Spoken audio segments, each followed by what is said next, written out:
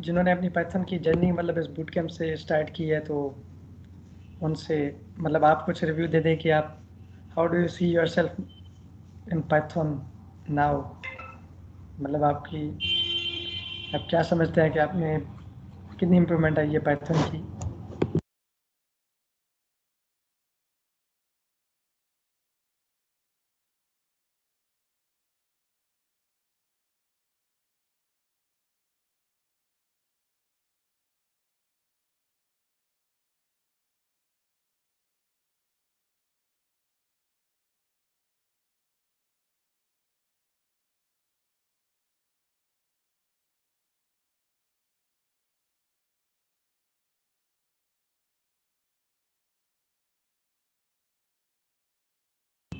Okay, cool, Ahmed.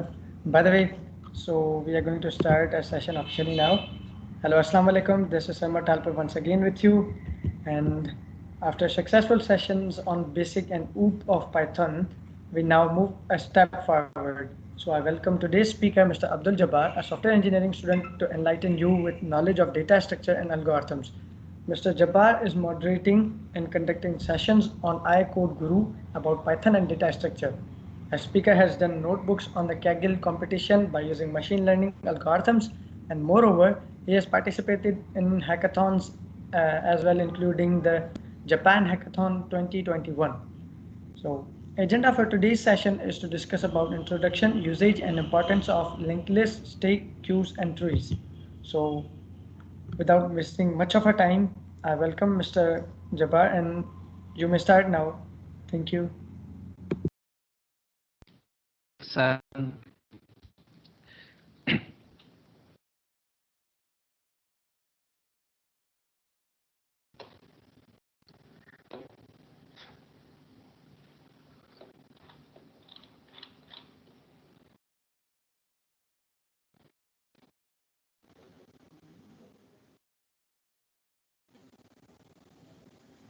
Hello, अस्सलाम वालेकुम। मेरा वॉइस क्लियर है समीला?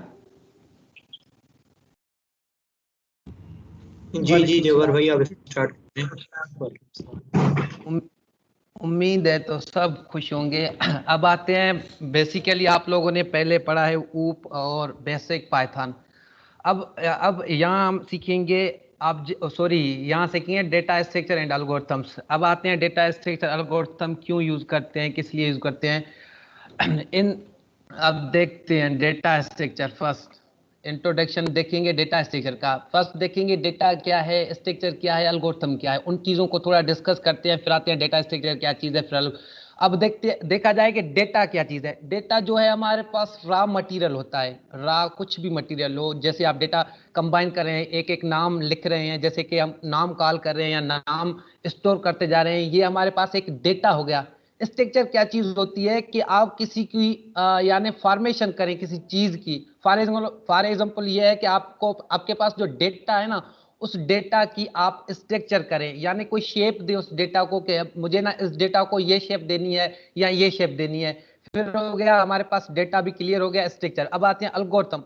एल्गोरिथम क्या चीज होता है। एल्गोरिथम वो चीज होता है कि आप क्या करते हैं, एल्गोरिथम बना स्टेप बाय स्टेप कुछ चीजों को सॉल्व करते हैं, step by step. For example आपने क्या किया कि छोटा सा पहले आपने पाइथन का क्या पढ़ा, स्ट्रिंग मेथड पढ़े, फ्लोट पढ़े, इंटीजर पढ़े, ये सारे पढ़े। यानी ये अपना एक फ्लो में जा रहे हैं।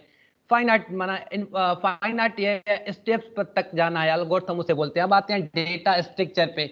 अब देखें ये यहाँ डेफिनेशन ही लिखा हुआ है, the term data structure refer the storage and organisation of data. यानी आप क्या करते हो डेटा स्ट्रक्चर में, किसी डेटा को स्टोर करते हो कोई भी ऑर्गेनाइजेशन वे में। यानी फिर उसके बाद होता है algorithm, refer the step by step procedure to solve the problem.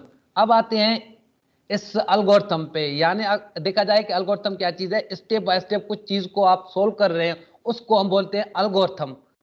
अब देखें कंबाइन करते हैं डेटा स्ट्रक्चर एल्गोरिथम को, तो we optimise the code in the software engineering. अब देखें जब भी डेटा स्ट्रक्चर एल्गोरिथम यूज करते हैं ना, किसी भी कोड को ऑप्टिमाइज कर रहे हैं, यानी उसकी टाइम कॉम्प्लेक्सिटी देख रहे हैं, स्पेस कॉम्प्लेक्सिटी देख रहे हैं कि कौन सा एल्गोरिथम यूज कर रहे हैं, एल्गोरिथम का क्या फायदा है। अगर ये एल्गोरिथम मुझे इस जगह पर्टिकुलर जगह पे यूज करनी चाहिए, ये एल्गोरिथम मुझे यहाँ यूज नहीं करनी चाहिए, क्योंकि टाइम, हर चीज टाइम पे डिपेंड करता है। फॉर एग्जाम्पल आपने देखा पहले मीटिंग स्टार्ट हो रहे थे टाइम पे 7 बजे, अब हमारे पास कुछ टाइम की लिमिट थी तो हमने 7:30 बजे स्टार्ट कर दी। अब देखें यही चीज होता है एल्गोरिथम्स में कि हमें ना टाइम अपना सेव करना है और दूसरा स्पेस लाजमी है। ये नहीं है कि सिर्फ टाइम ही सेव करना है, उसके बाद स्पेस भी सेव करना है कि हमारे पास जो एल्गोरिथम हम यूज कर रहे हैं उसमें ना हमें स्पेस भी बचाना है। ये नहीं है कि सिर्फ हम टाइम बचाएंगे। उसके बाद ये सिंपल सिंपल डेफिनेशन है डेटा स्ट्रक्चर के। अब देखते हैं भाई हमारे पास डेटा बेस तो है, डेटा बेस फॉर एग्जांपल हम डेटा को तो स्टोर कर रहे हैं, डेटा स्टोर करने के लिए हमारे पास डेटा बेस भी है। तो डेटा स्ट्रक्चर का फायदा क्या हुआ, कोई मुझे बताएगा क्यों यूज कर रहे हैं? नहीं तो वैसे भी तो मैं बता लूंगा इस बात का, क्योंकि थोड़ा आइडिया हो। वैसे मैंने अब क्लियर कर दिया डेटा स्ट्रक्चर ये जो है हम यूज कर रहे हैं अपने सेशंस में, जो ये यूज करेंगे उस बेस पे बोल रहा हूं। कोई सवाल हो यहां तक तो पूछ लें, क्योंकि डेटा स्ट्रक्चर जो टॉपिक है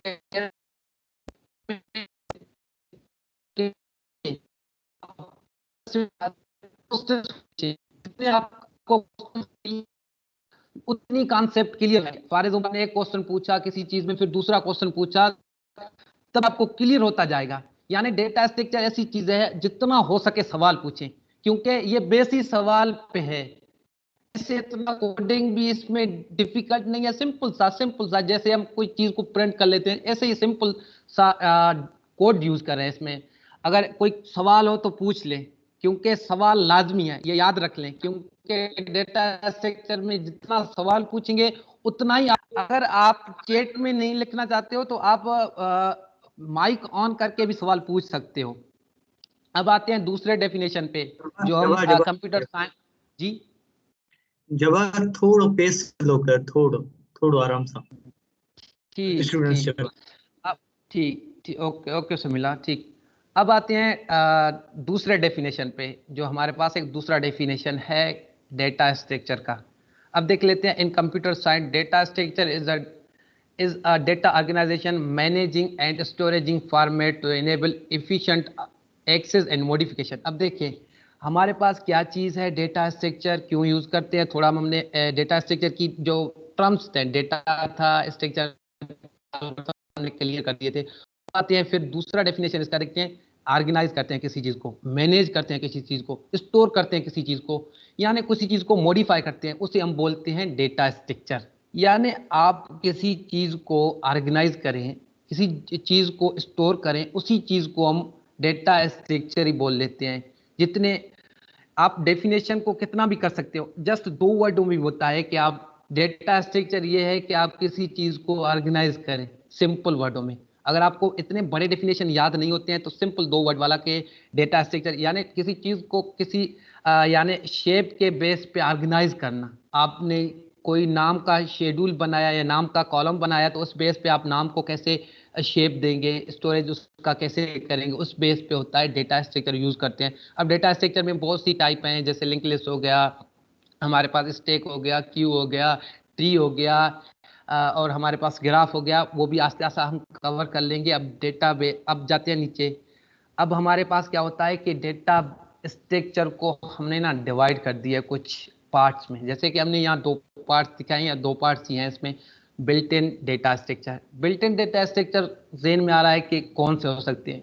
प्री डिफाइंड जो है हमारे पास जो भी डेटा स्ट्रक्चर हैं, यानी आप इंटीजर यूज करते हो, फ्लोट करते हो, स्ट्रिंग करते हो, ये सारे जो भी हैं ये आपके पास ना बिल्ट इन है, अवेलेबल हैं। फॉर एग्जांपल आप पाइथन यूज कर रहे हो, पाइथन की आईडी कोई भी हो, जावा यूज कर रहे हो, C++, अब देखिए आपके पास ये बिल्ट इन होंगे।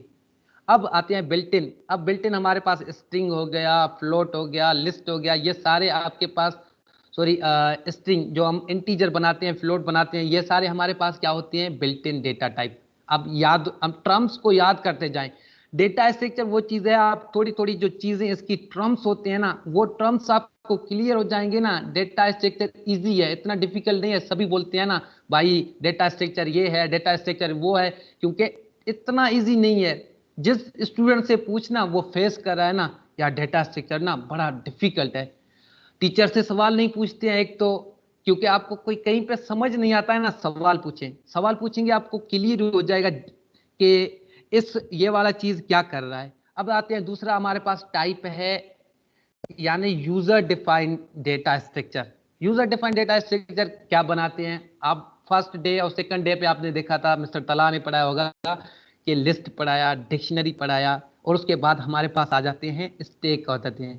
ये भी वैसे देखा जाए, इस चीजों को भी देखा जाए, ये हमारे पास लिस्ट हो गए या डिक्शनरी, ये भी डिफाइन है, यूजर भी बनाता है पर प्री डिफाइन है। पर कहने का मकसद यहाँ ये है कि हम यहाँ इस चीजों को मॉडिफाई अपेंड कर सकते हैं उस बेस पे। अब हमारे पास क्या चीज होता है, एक स्टैक हो गया, लिंक लिस्ट हो गया, क्यू हो गया, ये सारे जितने भी हैं डेटा स्ट्रक्चर वो कवर ही कर लेंगे। अब आप समझते जाएं क्लासिफिकेशन में क्या चीज है, एक यूजर डिफाइन, दूसरा बिल्ट इन।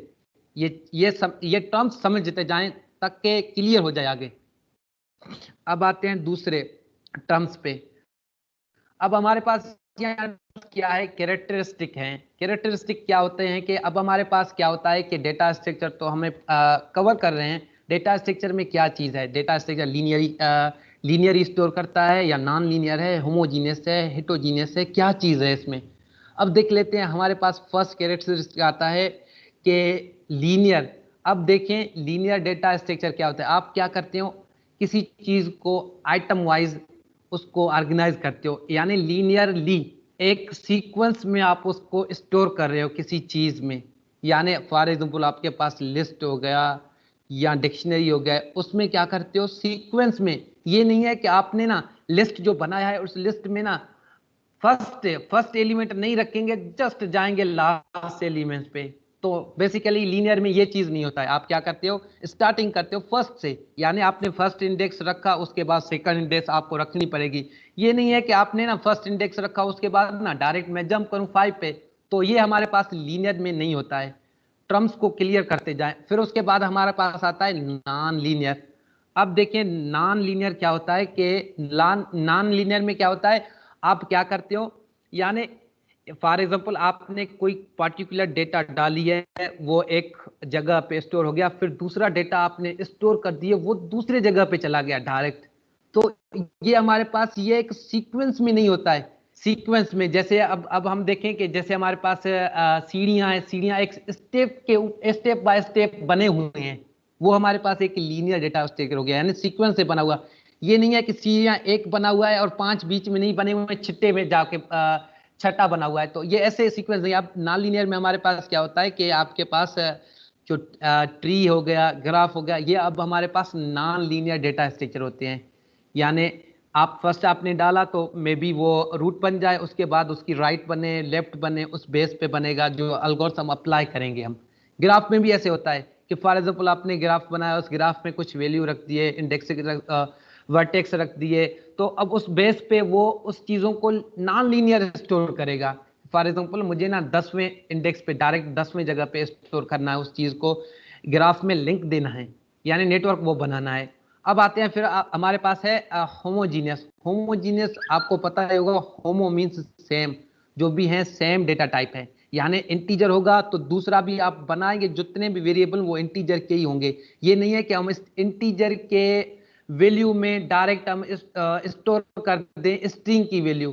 ये है हमारे पास के होमोजीनियस। हम उसमें क्या करते हैं कि जो भी होता है एक ही वैल्यू, यानी आप फ्लोट स्टोर कर रहे हो तो उसमें फ्लोट ही कर दोगे, स्ट्रिंग कर रहे हो तो उसमें स्ट्रिंग ही कर दोगे। ये हमारे पास से क्या होते हैं, होमोजीनियस। नॉन होमोजीनियस पे देखा जाए कि अब लिस्ट में, अब आते हैं लिस्ट पे, लिंक लिस्ट हो गया, डिक्शनरी हो गया, ट्री हो गया, जो भी डेटा स्ट्रक्चर है उसमें हम क्या करते हैं, नॉन होमोजीनियस यूज करते हैं। नॉन होमोजीनियस क्या होता है कि अब देखें, अब लिस्ट है, लिस्ट में हम क्या करते हैं, सभी तो इंटीजर तो अपलोड सॉरी स्टोर तो नहीं करते हैं ना, सब भी फ्लोट तो नहीं रखते हैं ना। आप क्या करते हो लिस्ट में, फॉर एग्जांपल आपके पास फर्स्ट एलिमेंट है इंटीजर है, दूसरा एलिमेंट है स्ट्रिंग है, तीसरा एलिमेंट है फ्लोट है, चौथा एलिमेंट है बुलियन है। तो आप क्या करते हो, यहाँ नॉन होमोजीनियस, यानी जो सेम डेटा टाइप ना हो उस चीज को हम यहाँ स्टोर कर रहे हैं। यहाँ तक कोई सवाल पूछ लें, नहीं तो हम आगे जाएं। क्लियर है?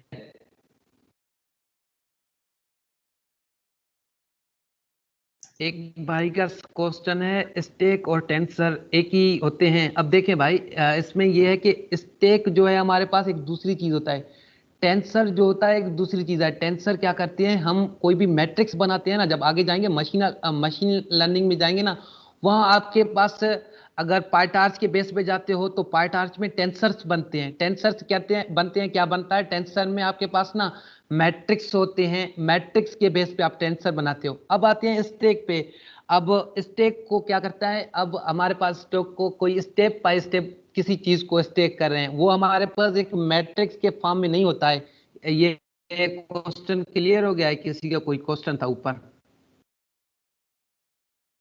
ठीक है। अब देखें होमोजीनियस और नॉन होमोजीनियस। अब देख लेते हैं। Homogeneous means same data type, यानी आप डेटा टाइप इंटीजर का कोई भी वेरिएबल बनाओगे ना, उसमें आप स्ट्रिंग की कोई भी वैल्यू स्टोर नहीं करोगे, वो आपको वहां एरर दे देगा, क्योंकि बोलेगा आपने ना बनाया ही वेरिएबल स्ट्रिंग का है, तो आप उसमें इंटीजर कैसे स्टोर कर रहे हो? वो तो स्टोर होगा ही नहीं, क्योंकि फर्स्टली आपने क्या किया, स्टोर ही कर दिया था एक स्ट्रिंग, उसमें आप इंटीजर स्टोर करोगे तो उस बेस पे आपके पास ना एक एरर आएगा। यानी आप क्या करते हो, सेम सेम डेटा टाइप हो आपके पास। आप देखिए ना, डेफिनेशन में देखें, all the elements are of the same type, यानी टाइप आपके पास सेम होता है। यानी इंटीजर होगा तो दूसरा भी इंटीजर, तीसरा भी इंटीजर, चौथा भी इंटीजर। स्ट्रिंग होगा तो फर्स्ट स्ट्रिंग होगा भी, वो भी स्ट्रिंग ही होगा, दूसरा होगा होगा वो भी स्ट्रिंग होगा।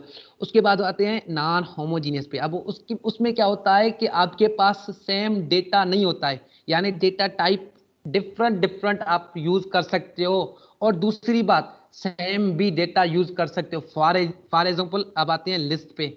आप लिस्ट में इंटीजर पूरे के पूरे स्टोर कर सकते हो, इंटीजर के सारे जितने भी लिस्ट में, फॉर एग्जांपल आपने 5 एलिमेंट उसमें स्टोर कर दिए हैं, तो 5 में 5 ही आपके पास क्या होंगे, इंटीजर होंगे, वो रख सकते हो। वो आप पे डिपेंड है, वो यूजर पे डिपेंड है, यूजर कौन सी वैल्यू स्टोर करना चाहता है लिस्ट में। और दूसरी मकसद कहने का, उसमें आप इंटीजर भी वैल्यू असाइन कर सकते हो एक ही लिस्ट में, फ्लोट भी असाइन कर सकते हो, स्ट्रिंग भी कर सकते हो, बुलियन डेटा टाइप भी कर सकते हो, आप लिस्ट में लिस्ट भी स्टोर कर सकते हो, आप लिस्ट में डिक्शनरी भी स्टोर कर सकते हो। अब देखें, डिक्शनरी तो उसका सेम डेटा टाइप नहीं है, तो उसके लिए हमारे पास ये होमोजीनियस वो चीज होता है जिसमें सेम डेटा टाइप हम स्टोर नहीं करते हैं। क्लियर हो गया आप ये? क्योंकि जितने सवाल पूछेंगे ना, उतने जो डाउट्स होंगे वो क्लियर हो जाएंगे। ठीक, एक पूछ रहा है कि कहाँ से हमें स्टार्ट करनी चाहिए। जैसे ये फ्लो चल रहा है ना, पाइथन की basic up to the machine learning, आप सीख लेंगे कि बेसिक पाइथन तो आपने सीख लिया है, उसके बाद ऊप भी सीख लिया, आप डेटा स्ट्रक्चर भी सीख लोगे, उसके बाद कुछ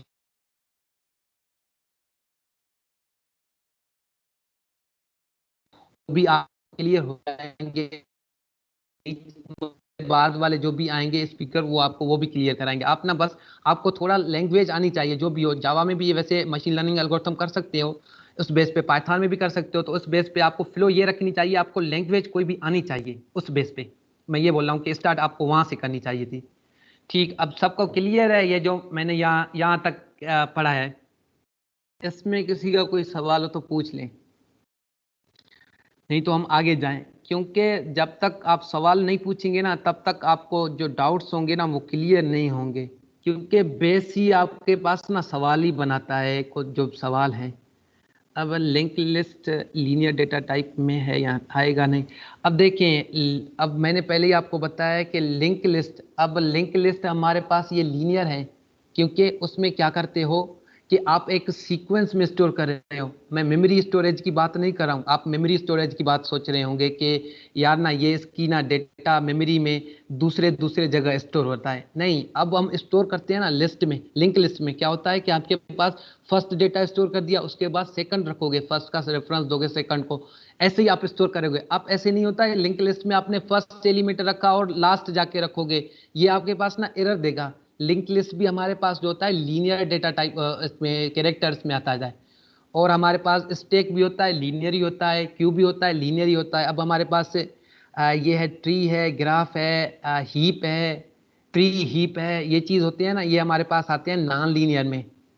ये नॉन लीनियर डेटा टाइप है। इसमें क्या करते हैं, आप कहीं भी स्टोर करेंगे वो उस बेस पे होगा, अल्गोरिथम पे बेस पे जो अल्गोरिथम अप्लाई करना चाहते हो। फॉर एग्जाम्पल मैंने ना बाइनरी सर्च ट्री बना ली है। बाइनरी सर्च ट्री में क्या होता है कि आपके पास जो रूट है ना, रूट के राइट साइड जितने भी एलिमेंट्स होंगे यानी जितनी भी डेटा होगा वो उससे ग्रेटर होंगे, और जो लेफ्ट साइड है ट्री का, रूट के लेफ्ट साइड के जाएंगे वो उससे कम होंगे। उस बेस पे वो स्टोर करते जाएगा। ये नहीं है कि आप देखें एक मैंने वैल्यू स्टोर कर दिया वो रूट हो गया, दूसरा उसका राइट हो गया, तीसरा उसका फिर से राइट हो गया। ये ऐसे नहीं होगा, उस एल्गोरिथम के बेस पे चलेगा। जो आप लॉजिक लगाना चाहते हो उस एल्गोरिथम पे, उस बेस पे आपके पास ये linear, non linear, homogeneous, non homogeneous ही चलते हैं, वर्किंग करते हैं। ठीक। क्यू भाई मैंने पहले ही बता दिया है कि क्यू भी हमारे पास है, ये लीनियर ही होता है। अब आप देखें, अब मैंने ना यहाँ डिस्कस तो सभी चीज़ों को करना है। अब मैंने यहाँ बेसिक चीज़ें जो भी डेटा स्ट्रक्चर के हैं वही अभी मैं क्लियर कर रहा हूँ।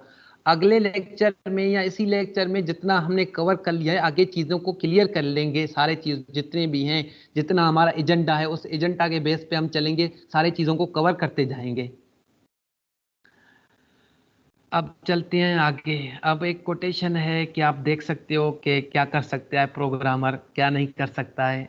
ये प्रोग्रामर के बेस पे होता है कि bed programmer worry about the code. जो प्रोग्रामिंग का सही उसको पता नहीं होता है कि यार प्रोग्रामिंग कैसे, कोड पता ही नहीं है ये कोड कर क्या रहा है, ये लाइन ना मुझे समझ में नहीं आ रहा ये क्या कर रहा है। और दूसरा चीज़ है, दूसरी पार्ट है इसका, good program worry about the data structure and their relationship.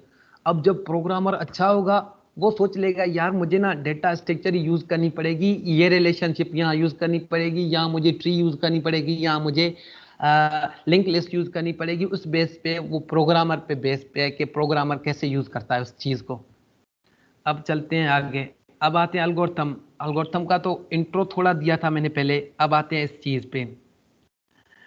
तो हमारे पास क्या होता है एल्गोरिथम। हमने ऊपर डेटा स्ट्रक्चर पढ़ा, डेटा स्ट्रक्चर की यानी डेटा पढ़ा, उसके बाद स्ट्रक्चर को देखा, फिर एल्गोरिथम को थोड़ा देखा, उसके बाद हमने उसकी टाइप्स पढ़े यानी बिल्ट इन होते हैं, प्री डिफाइन होते हैं, ये भी पढ़े। उसके बाद हमने यहाँ कैरेक्टरिस्टिक उसकी देखी है, कौन सी कैरेक्टरिस्टिक है, थोड़ा मैं रिमाइंडर करता जा रहा हूँ। फिर उसके बाद एल्गोरिथम पे अब आते हैं।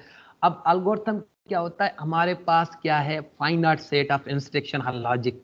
जो आप लॉजिक बनाते हो, जो इंस्ट्रक्शन को फॉलो करते हो, उसमें फाइनाइट होता है। यानी यानी आपको ना फाइनाइट वे के बेस पे, आप फॉर एग्जांपल आपने 5 लाइन बना है तो उस वो फाइनाइट ही चलेगा। फॉर एग्जांपल आप लूप को चला रहे हैं, उस लूप को फाइनाइट तक ही रखेंगे, उसे हम बोलते हैं एल्गोरिथम। अब हमारे पास एल्गोरिथम क्या करता है, अब देखें, right written in order accomplish the certain predefined task. अब जो टास्क करते हो, प्री डिफाइन हो या कुछ भी हो, वो एल्गोरिथम पे बेस पे बनाते हो। फॉर एग्जांपल देखेंगे एल्गोरिथम कैसे बनाते हैं, वो भी देखेंगे कि एल्गोरिथम कैसे वर्क कर रहा है। Algorithm referred step by step procedure ही जो है हमारे पास, उसे हम बोलते हैं एल्गोरिथम। ये क्लियर हो गया एल्गोरिथम भी। ठीक, हम आगे चलते हैं। अब हमारे पास क्या होता है कि एल्गोरिथम में क्या चीज़ें होती हैं, क्या चीज़ सेटिस्फाई कर रहा है एल्गोरिथम। अब देखें एल्गोरिथम कैसे रिटन किया जाए, उसमें क्या क्या चीज़ें होती हैं। एल्गोरिथम तो हमने डेफिनेशन उस चीज़ का पढ़ लिया है एल्गोरिथम का। उसके बाद आते हैं एल्गोरिथम में क्या चीज़ को वो फॉलो कर रहा है। अब देखें, अब हमारे पास क्या होता है, इनपुट एक होता है, इनपुट आउटपुट फाइनाइट डिफाइंड है, फिटनेस है, करेक्टनेस है। इन चीज़ों को हम यूज़ करेंगे एल्गोरिथम बनाने में। कोई भी एल्गोरिथम बनाते हैं उस एल्गोरिथम में ये चीज़ें लाजमी होंगे। कोई भी एल्गोरिथम हो, आपके पास क्या करेंगे, इनपुट देंगे। इनपुट या तो वो कुछ हो, एक जीरो हो या मोर इनपुट्स हो, ये बेस है आपके एल्गोरिथम पे, यानी उसमें इनपुट होगा ही होगा। उसके बाद आउटपुट, एटलीस्ट आपके पास ना एक आउटपुट होगा ही होगा उस चीज़ पे। यानी आप कोई एल्गोरिथम बनाते हो, उस एल्गोरिथम का यानी आप लोगों ने इनपुट दिया है तो लाजमी वो कुछ आउटपुट देगा ना हमें। फिर आते हैं उसके बाद डिफाइंड। अब देखें, every step of algorithm should be clear and well defined. अब डिफाइन करते हैं किसी चीज़ को स्टेप बाय स्टेप। यानी आप एल्गोरिथम को एक ऐसे चीज़ कर सकते हो, आपके पास ना फॉल्स कोड भी कर सकते हो आप उसको। यहाँ जस्ट आप इंग्लिश में लिख सकते हो मुझे इस चीज़ को यहाँ करनी है, फिर उसके बाद ये स्टेप करनी है, फिर उसके बाद ये स्टेप करनी है। ये होता है डिफाइन। यानी उस चीज को आप क्लियरली डिफाइन करें कि मुझे अब करना क्या है इस मेथड में, यानी इस एल्गोरिथम में। फिर उसके बाद आता है फाइनाइट। फाइनाइट मैंने पहले ही बोला है कि एल्गोरिथम जो भी होता है हमारे पास फाइनाइट नंबर ऑफ स्टेप होता है। यानी अब देखें, मुझे 5 स्टेप जाने हैं तो मैं 5 स्टेप जाऊंगा। ये नहीं है कि मैंने स्टार्ट किया 1 स्टेप से तो लास्ट हमारे पास इन्फिनिट हो जाएगा। ये चीज नहीं होता है एल्गोरिथम में। एल्गोरिथम में हमारे पास फाइनाइट होता है जो भी स्टेप्स लेते हैं। उसके बाद है correctness. Every step of algorithm must be generated a correct output. अब देखें, जो आपने एल्गोरिथम बनाया है, आप एल्गोरिथम को बेस करेंगे, ऑप्टिमाइज देखेंगे कि एल्गोरिथम किस वे से करेक्ट है, अब हमारे पास ये ऑप्टिमाइज है या नहीं है, उस बेस पे आप एल्गोरिथम को जज कर रहे हो। कोई भी एल्गोरिथम बनाए, आप डेटा स्ट्रक्चर में किसी भी चीज़ का एल्गोरिथम बनाएं, लिंक लिस्ट का बनाएं, क्यू का बनाएं, स्टैक का बनाएं, ट्री का बनाएं, ग्राफ का बनाएं, जितने भी हैं वो यूज़ कर सकते हो आप इसमें। अब आते हैं एल्गोरिथम पे। तो अब देखें क्या लिखा है, मैंने ये लिखा है कि largest number among 3 different number. यानी अब हम एक एल्गोरिथम डिफाइन कर रहे हैं कि अब एल्गोरिथम हमें बना के दो। एक क्या है कि 3 नंबर आपको गिवन है।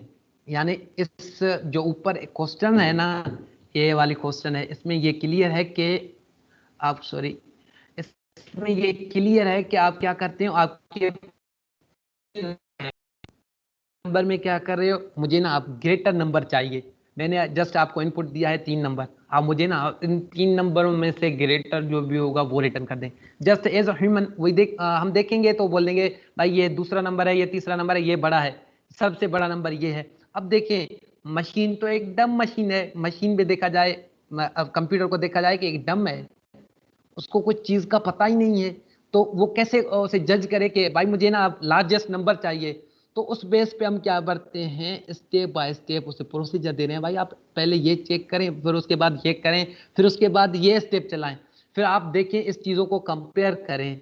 हम स्टेप बाय स्टेप कुछ चीज़ उसे दे देते हैं कि आप इस चीज़ को यहाँ तक। अब देखिए हमने क्या किया स्टेप 1 में। आप अब देखें यहाँ मैंने क्या किया, लास्ट स्टेप जो है हमारे पास एक फाइनाइट है, स्टॉप, यानी हमने 5 चलाए हैं। यानी फर्स्ट देखा जाए, अब मैं जो ये टर्म्स है ना, ये टर्म्स अब यहाँ एल्गोरिथम जो बनाया हुआ है उसमें क्लियर होते जाएंगे सारे के सारे। अब हमने क्या किया, स्टेप 1 पे आए हैं, अब हमने स्टार्ट कर दिया है। फिर उसके बाद हमने क्या किया, स्टेप 2 चल रहा है, यानी अब हमारा एल्गोरिथम स्टार्ट हुआ है, यानी एल्गोरिथम अब चल रहा है। उसके बाद आते हैं स्टेप 2 पे। अब स्टेप 2 पे क्या चीज करते हैं, अब हमने पहले ही बता दिया है कि अब में ना 3 वेरिएबल हैं, यानी 3 चीजें हैं। अब देखना है जो उसमें से बड़ा नंबर हो वो देखना है। अब हम यहाँ क्या कर रहे हैं, डिक्लेयर कर लेते हैं 3 वेरिएबल्स। इन 3 वेरिएबलों को हमने डिक्लेयर कर दिया। अब कोई चीज, अब देखें ये क्लीन भी है कोड लिखना कि आपने स्टार्ट कर लिया अपने एल्गोरिथम को। हमने बोला कि अब हमारे पास ना वो हमारा एल्गोरिथम क्लीन भी हो, सही तरीके से हो, कि हम लिख सकें सही तरीके से, पता भी चले कि एक एल्गोरिथम लिख रहे हैं। उस बेस पे का आप देखें स्टेप 2 पे हम डिक्लेयर कर लेते हैं 3 वेरिएबल। उसके बाद हम उन तीनों वेरिएबल को रीड कर रहे हैं। हमने यहाँ क्या कर दिया, इफ लगा दिया। स्टेप 4 में कह रहे हैं कि अब हमारे पास है जो है ए ग्रेटर है बी से। फिर उसके बाद हमने दूसरा स्टेप चलाया है जो है इफ कंडीशन दूसरा चला है, उसमें अब स्टेप कंटिन्यू चल रहा है। अब हमारे पास यही 4 वाला स्टेप, उसमें चेक ये हो रहा है कि अब हमारे पास ए है, वो ए ग्रेटर है सी से या नहीं, वो चेक कर रहे हैं। क्योंकि हम तो एज ए ह्यूमन है, हम तो समझ लेंगे कि ग्रेटर नंबर कौन सा है। मशीन को हमें ना स्टेप बाय स्टेप समझाना है कि अब ये स्टेप करो, फिर उसके बाद ये स्टेप करो। वही स्टेप अब हम यहाँ फॉलो कर रहे हैं कि मशीन को बता रहे हैं कि आप हमें बताएं इसमें से लार्जेस्ट नंबर कौन सा है। अब मशीन देख रहा है, मशीन ने बोला कि यहाँ आप देख लेते, अगर 1 यहाँ ग्रेटर है तो ये बना हुआ है इस इफ में चला आएगा। फिर उसके बाद है हमारे पास एल्स कंडीशन। अब देखें फिर ये बोलेगा कि अगर बी जो ग्रेटर है नंबर सी से तो उसमें साथ, फिर हम उस इफ कंडीशन के अंदर आते हैं, फिर चेक करते हैं ए और सी के बेस पे। अगर देख लेते हैं, चेक तो हमने कर लिया ए और बी को, फिर उसके बाद सी को चेक कर रहे हैं कि सी तो बड़ा नंबर नहीं है इससे। अगर सी ए, फिर हमने यहाँ क्या अप्लाई किया है, कौन सा स्टेप चला है कि अब हम यहाँ स्टेप ये यूज कर रहे हैं कि अब इफ कंडीशन चेक करो। मशीन को बोल रहे हैं भाई आपको चेक करना है इस चीज को यहाँ पे कि अब देखें ए जो है, ए में जितना भी वैल्यू स्टोर है वो सी से ग्रेटर है या नहीं। मशीन चेक कर रहा है, ए की वैल्यू देख रहा है, सी की वैल्यू देख रहा है, उन दोनों को चेक कर रहा है, आपस में चेक किया, उन दोनों को देखा कि यार सी की वैल्यू जो है ना ग्रेटर है, सी की वैल्यू ग्रेटर है, तो ये क्या करेगा, एल्स में देखेगा सी ग्रेटर है, एल्स में जो भी चीज होगा वो प्रिंट होगा। फिर उस लूप यानी इफ कंडीशन आगे एल्स चलेगा नहीं, हमारे इफ ट्रू हो गया तो फिर आएंगे स्टेप नंबर 5 पे। 5 पे क्या होता है, एल्गोरिथम स्टॉप हो गया, हमें हमें लार्जेस्ट नंबर मिल गया जो हम फाइंड करना चाहते थे, वही चीज। अब देखें जो हमने यहाँ डिस्कस की थी, ये 4-5 जो भी टॉपिक थे इसके एल्गोरिथम पे, वो सेम चीज यहाँ हो रहे हैं। अब देखें हमें या एल्स कंडीशन पे आउटपुट मिला कि हम बोलते हैं हमें कोई ना कोई आउटपुट मिलेगा, कोई ना कोई हम उसे इनपुट देंगे, कोई ना कोई उस बेस पे हमें ना इसको क्लेरिफाई करना है, ऐसी चीज को वे से ऑर्गेनाइज करना है कि स्टेप बाय स्टेप। और दूसरी चीज स्टेप जो है ना फाइनाइट हो। अब देखें 5 स्टेप से हम ना इन्फिनिटी तक नहीं चले गए। अब ये हमारे पास ना प्रोसीजर था एल्गोरिथम का, ये एल्गोरिथम क्लियर हो गया कि एल्गोरिथम को कैसे फाइंड किया जाता है।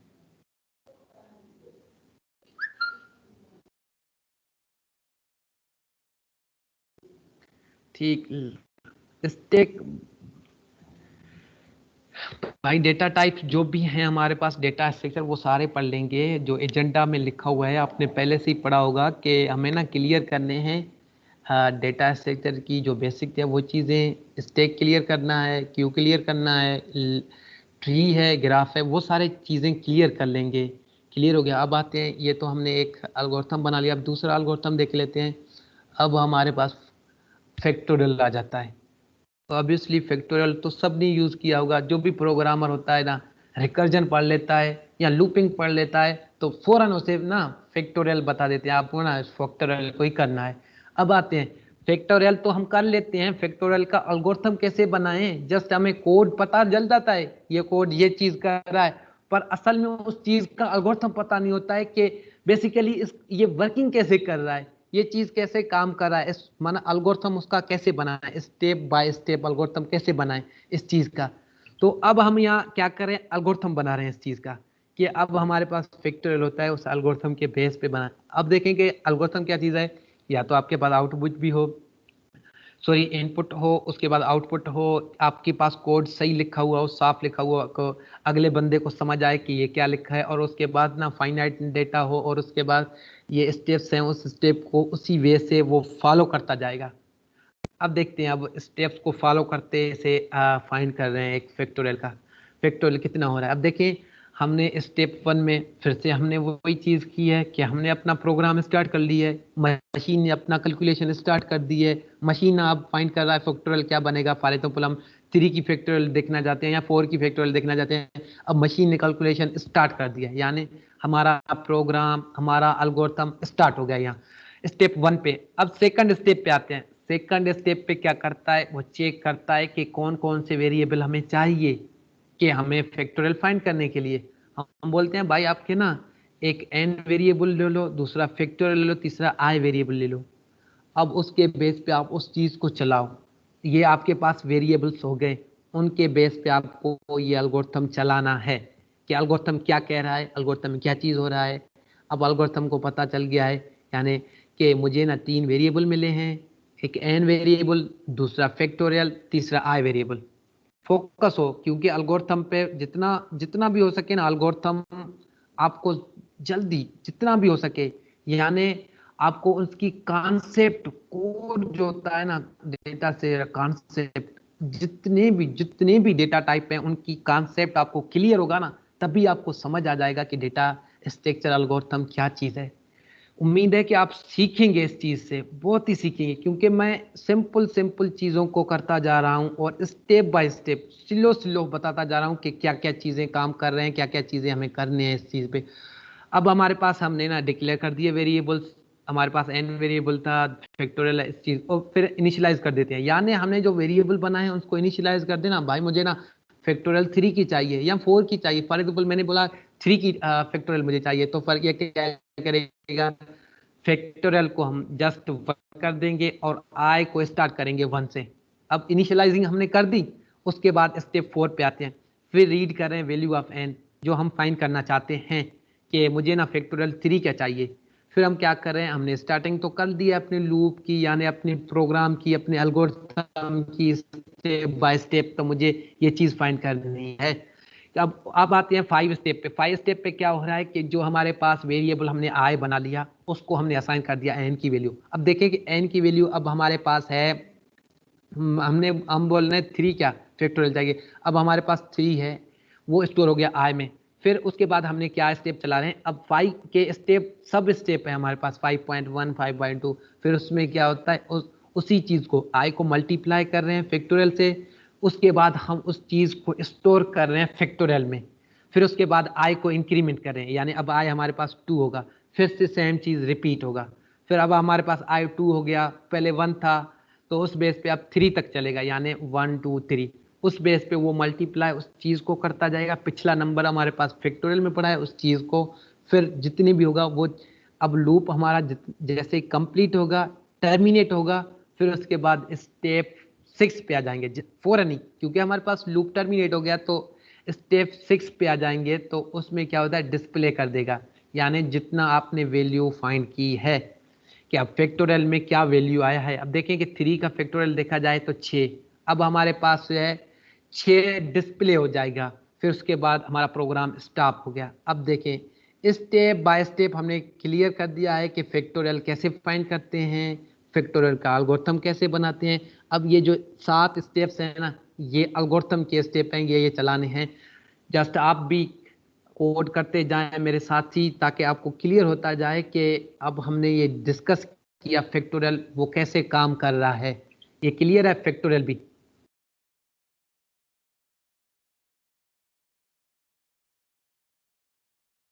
अब चलते हैं, अब देखें डेटा स्ट्रक्चर की बात किया जाए तो उसका हर्ट जो चीज होता है ना, कॉम्प्लेक्सिटी, यानी टाइम कॉम्प्लेक्सिटी हो गया, स्पेस कॉम्प्लेक्सिटी हो गया। अब आते हैं, अब देखें डेटा स्ट्रक्चर, जैसे भी डेटा स्ट्रक्चर आता होगा ना, उससे आप यही सवाल पूछेंगे ना, वो एक्सपर्ट जो भी होगा ना इस चीज में होगा कि आपको ना स्पेस कॉम्प्लेक्स। अब हमने तो एल्गोरिथम बना लिया, अब हमें क्या पता है कि इस एल्गोरिथम का स्पेस कॉम्प्लेक्सिटी क्या है, टाइम कॉम्प्लेक्सिटी क्या है। अब वही चीज को हम यहाँ डिस्कस करेंगे कि अब हमारे पास स्पेस कॉम्प्लेक्सिटी क्या है, टाइम कॉम्प्लेक्सिटी क्या है। अब देखिए मेन टॉपिक है ना, याद रख लें, डेटा स्ट्रक्चर में ऐसे चीजें होती हैं, एक ना एक चीज से वो रिलेटेड होते हैं। अब हमने एल्गोरिथम्स पढ़े थे, अब एल्गोरिथम में ये यूज करेंगे, टाइम कॉम्प्लेक्सिटी, स्पेस कॉम्प्लेक्सिटी। ये एक दूसरे से जैसे लिंक होता है ना किसी चीज के, अब आगे डिस्कस करेंगे लिंक लिस्ट। समझो ये एक दूसरे को लिंक लिस्ट कर रहे हैं, यानी दूसरे को पॉइंट करते जा रहे हैं। अब ना आपको ये भी जरूरी समझना है। फिर अब आते हैं स्पेस। अब स्पेस कॉम्प्लेक्सिटी क्या होता है, जो आप मेमोरी यूज करते हो अपने कंप्यूटर का, प्रोग्राम यूज करते हो, वो क्या करता है, कुछ स्पेस ले लेता है, वो स्टोर करता है मेमोरी में। वही जो आप प्रोग्राम करते हो, कोड करते हो, एल्गोरिथम बनाते हो, उस एल्गोरिथम की जितनी भी स्पेस बनता है, यानी अब देखा जाए कि स्पेस कैसे काउंट करें हम, किस चीज की स्पेस देखा जाए, अब उसको उसको डिस्कस कर रहे हैं। अब बातें हैं हमारे पास, अब देखिए इंटीजर है, हर लैंग्वेज में उसकी जो है बाइट में स्टोरेज होता है, डिफरेंट डिफरेंट होता है। कई जगह पे 2 बाइट का यूज करते हैं, कहीं 4, कहीं 8, कहीं 12, कहीं 16, ऐसे स्टोर करते जा रहे हैं। ये हमारे पास क्या है, स्टोरेज है किसी चीज को, किसी वेरिएबल का। अब आते हैं स्पेस कॉम्प्लेक्सिटी है, टोटल अमाउंट रिक्वायर्ड, जितना भी स्पेस है हमारे पास पूरे एल्गोरिथम में, उसी चीज को डिस्कस करना है, यानी स्पेस ये कितना ले रहा है जो भी है। उसके बाद स्पेस क्या करता है, जो हमने एल्गोरिथम फॉर एग्जांपल में हमने ऊपर बनाया एल्गोरिथम एक डिस्कस कर ली था मैक्सिमम नंबर का 3 में से, फिर हमने डिस्कस की थी फैक्टोरियल उस चीज को। अब पता चले कि उसका स्पेस कॉम्प्लेक्सिटी क्या था। अब वही है, यानी टोटल जितने भी एल्गोरिथम में टाइप आप यूज करें, उस बेस आप उनकी स्पेस निकालें, फिर आप वो बताएं कि अब हमारे पास ये स्पेस बन रहा है। अब देखिए इसकी डेफिनेशन थोड़ा देख लेते हैं। Space complexity is a total amount of memory space used by the algorithm program include the space of input value of for the execution. जब तक एग्जीक्यूशन तक नहीं जाते वो उसमें चीज स्टोर रहता है। अब देखें कि आप जावा की बात करें, सी प्लस प्लस की, या पाइथन की। जावा में देखें गार्बेज कलेक्टर होता है, जस्ट आपका प्रोग्राम खत्म हो गया, उसका डेटा भी डिलीट हो गया। अब हमारे पास सी की लैंग्वेज की बात करें, सी में क्या होता था कि आपको ना कंस्ट्रक्टर के अलावा जो होता है चीज़ें, जो हम गार्बेज कलेक्टर होता है उसको कॉल करना पड़ता है इम्प्लीसिट यूज़र को, कि मुझे ना अब ये चीज़ें जो मैंने वेरिएबल बनाए उनकी ना मेमोरी को आप रिलीज कर दें। और पाइथन में भी ये नहीं होता है, जस्ट वो आपने जितना प्रोग्राम आपका चला उसके बाद उसकी ना स्टोरेज खत्म हो जाएगी, यानी गार्बेज कलेक्टर कॉल होगा, फिर उसकी ना स्पेस कॉम्प्लेक्सिटी जो भी होगा खत्म हो जाएगा। अब देखिए जो हमने अब यहाँ क्या है, इस टर्म को समझे, memory space use by algorithm. मैंने पहले ही बोला अल्गोरिथम में जो यूज करें कितना मेमोरी ले रहा है, कितने स्टेप में वैल्यू स्टोर कर रहे हैं, उस चीज को हम यहाँ स्पेस कॉम्प्लेक्सिटी में देखते हैं। टिल द एग्जीक्यूशन तक ये कितना स्पेस ले रहा है, उसे ही फाइंड करना चाहते हैं कि अब क्या फाइंड उसमें होता है। अब हमें स्पेस कैलकुलेट करनी है एक एक वेरिएबल की। अब देखिए नीचे नीचे वाला स्टेप है, वो कहता है कि आपके पास जितने भी वेरिएबल हैं उसकी स्पेस फाइंड करें, यानी कितना ये स्पेस ले रहा है। देखिए बाइट की इंटीजर की बात किया जाए, लिस्ट की बात किया जाए, टपल की बात किया जाए, यानी अब आते हैं डेटा स्ट्रक्चर की बात किया जाए, यानी डेटा स्ट्रक्चर में हमारे पास लिंक लिस्ट है, उस वो भी तक कुछ चीज स्टोर करेगा ना। अब हमारे पास कुछ चीज ऑक्यूपाई करेगा ना, वो होगा स्पेस। अब हमने कुछ डेटा स्टोर कर दिया है, वो चीजें फिर हमारे पास होते हैं टाइम कॉम्प्लेक्सिटी, मेन चीजें। अब टाइम कॉम्प्लेक्सिटी में भी कुछ इंपॉर्टेंस रूल होते हैं। ये है कि इंपॉर्टेंस नोट देख लेते हैं उस चीज की क्या होता है इंपॉर्टेंस। टाइम कॉम्प्लेक्सिटी की बात कर जब भी करते हैं तो, स्पेस कॉम्प्लेक्सिटी की बात करते हैं तो उस चीज में क्या होता है इंपॉर्टेंट, हमें स्पेस क्यों बचानी चाहिए। अब देखिए हमारे पास टीबीज में मेमोरीज होते हैं। अगर फर्स्ट टाइम की जब इनिशियल टाइम लिया जाए, उस टाइम में जब न्यू न्यू प्रोग्रामिंग आए थे, जब न्यू न्यू कंप्यूटर की इनोवेशन हो गई, तो उस बेस में क्या होता था कि हमें ना मेमोरी की बड़ी ख्याल करनी पड़ती थी। स्पेस जो हम मेमोरी यूज करते हैं बड़े बड़े, अब देखेंगे एक एक कमरे या दो दो कमरों जितने उसकी ना स्टोरेज होते थे, वो होते थे 5 GB 10 GB ऐसे होते थे। सॉरी एमबीज में होते थे, जीबीज में नहीं, एमबीज में होते थे वो चीजें। एमबीज में आप उस चीजों को बड़े बड़े कमरों में स्टोर कर रहे थे। वही चीज अब हमारे पास होते थे। उस बेस पे इन लोगों ने इस चीज को भी डिस्कस कर लिया कि अब स्पेस भी बचाना है अपने प्रोग्राम का। अब इम्पोर्टेंस कुछ चीजें होते हैं उसमें कि हमें देखना है क्या चीजें। अब देखिए इम्पोर्टेंस ये थे नोट्स कि अब हमारे पास स्पेस है, क्या होता है स्पेस, जितने भी एग्जीक्यूशन है, एग्जीक्यूटल वर्जन है प्रोग्राम का, एग्जीक्यूट हो रहा है, जितने भी स्टेप्स वो चल रहा है, उस चीज को एग्जीक्यूट करके उस चीज को एक स्पेस ले रहा है वो चीज।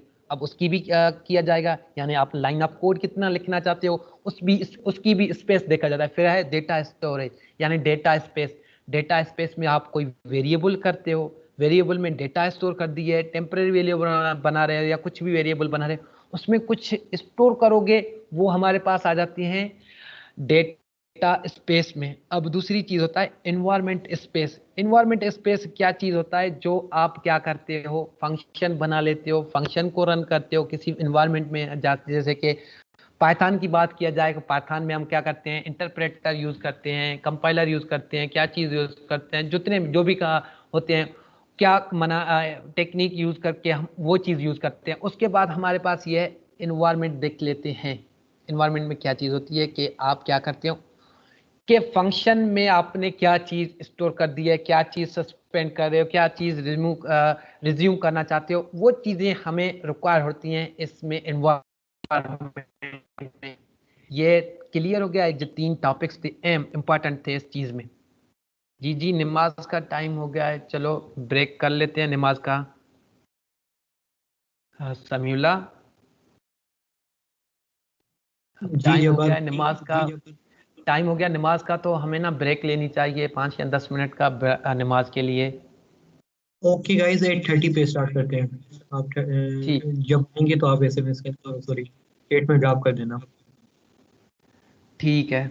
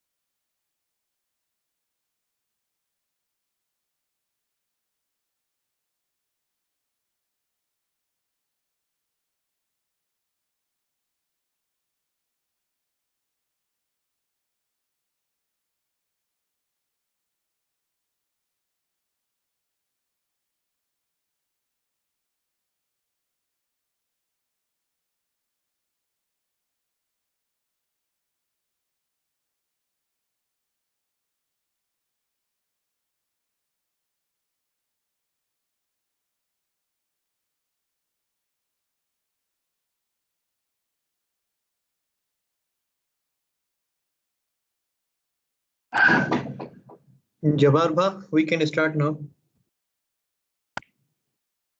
जी जी समीला, स्टार्ट कर लेते हैं।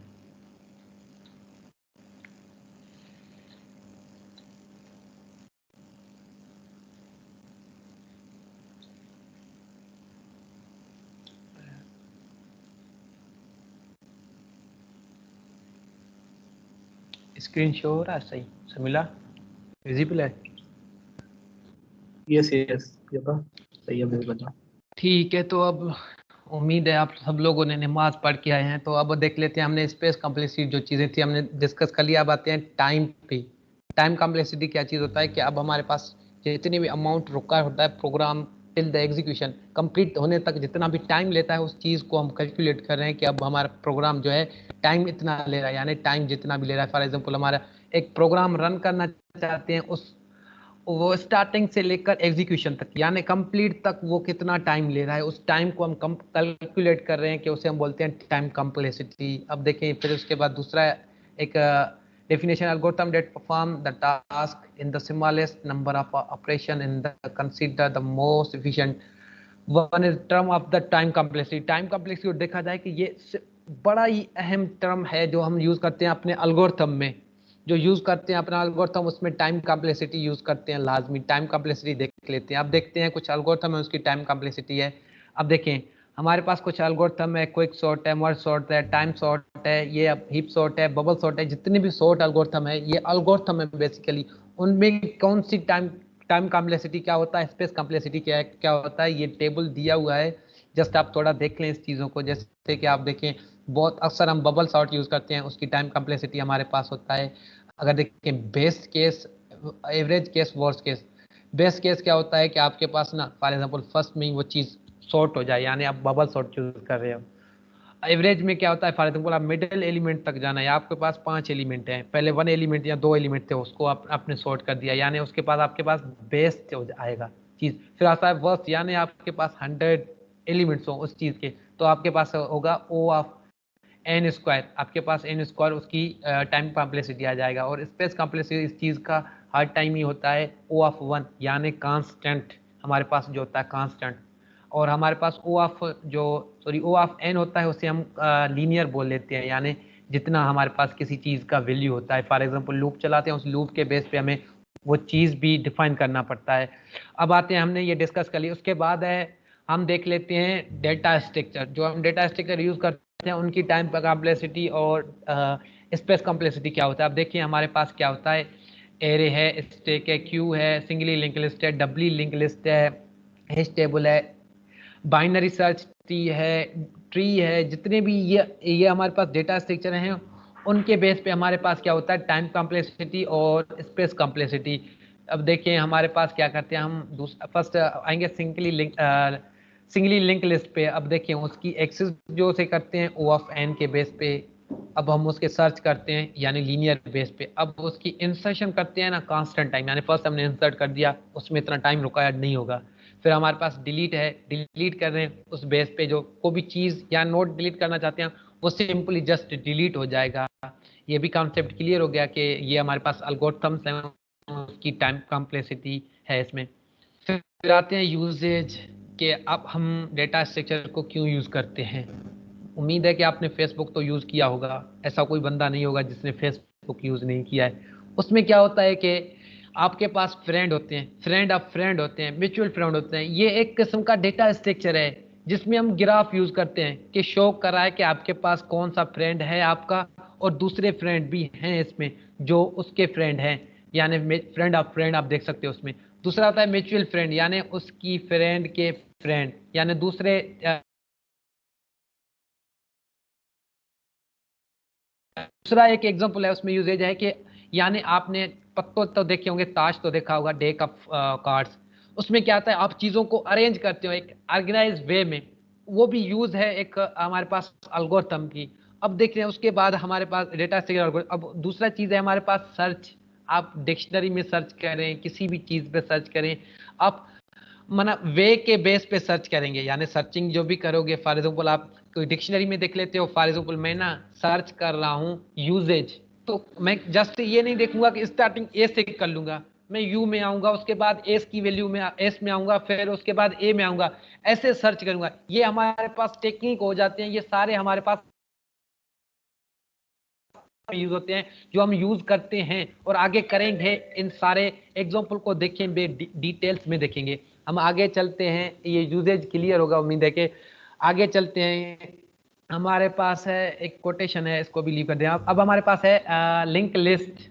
अब आते हैं लिंक लिस्ट को हम डिफाइन करते हैं, लिंक लिस्ट क्या चीज है। अब एजेंडा देखें, इसकी कॉन्टेक्स्ट देखें, लिंक लिस्ट में क्या क्या पढ़ेंगे। लिंक लिस्ट में ये पढ़ेंगे introduction link list, link list की टाइप देखेंगे, उसकी space complexity, time complexity, example, usages, ये सारे हम देख लेंगे लिंक लिस्ट में। अब देख लेते हैं लिंक लिस्ट क्या चीज़ है हमारे पास।